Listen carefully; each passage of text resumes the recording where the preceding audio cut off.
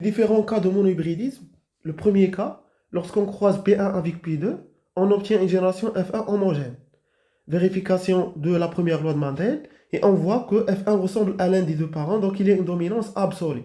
Les résultats obtenus lors du deuxième croisement, lorsqu'on croise F1 avec F1, on obtient 3 quarts pour le phénotype grande A et 1 quart pour le phénotype petite a. Donc, lorsqu'on obtient les résultats 3 quarts, 1 quart, on conclut automatiquement qu'il s'agit d'un cas de dominance absolue.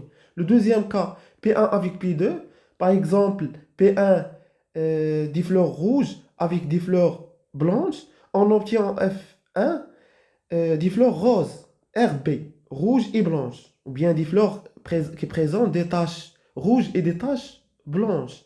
Il s'agit d'un phénotype intermédiaire entre les deux parents. Donc, il s'agit d'un cas de codominance.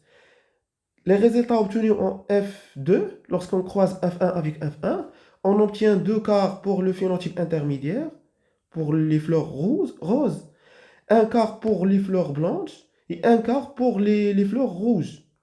Donc, le résultat indique qu'il s'agit d'un cas de codominance. Donc, on a obtenu 3 phénotypes au lieu de 2 phénotypes. Donc, le cas de dominance absolue, on n'obtient que 2 phénotypes.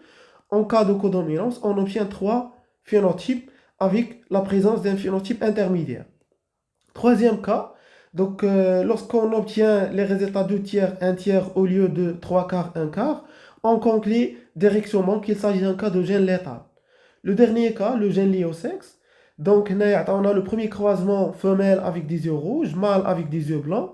On obtient en F1 mâle et femelle tous avec des yeux rouges. Donc il y a une dominance absolue, voilà, de l'allèle qui détermine la couleur des yeux rouges. F1 il est homogène, vérification de la première loi de Mendel. Les parents sont de race pure. Lors du deuxième croisement, vous voyez qu'on a inversé les phénotypes. Le phénotype, la femelle, donc elle a des yeux rouges, ou elle a des yeux blancs, ou le mâle qui a des yeux blancs, ou elle a des yeux rouges. Donc on a inversé les phénotypes.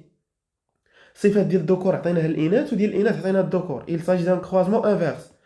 Vous voyez qu'il a donné une génération qui est hétérogène, voilà, formée par 50% des mâles avec des yeux blancs et 50% des femelles avec des yeux rouges. Donc, le croisement inverse n'a pas donné le même résultat que le premier croisement, premièrement. Deuxièmement, les parents sont de race pure.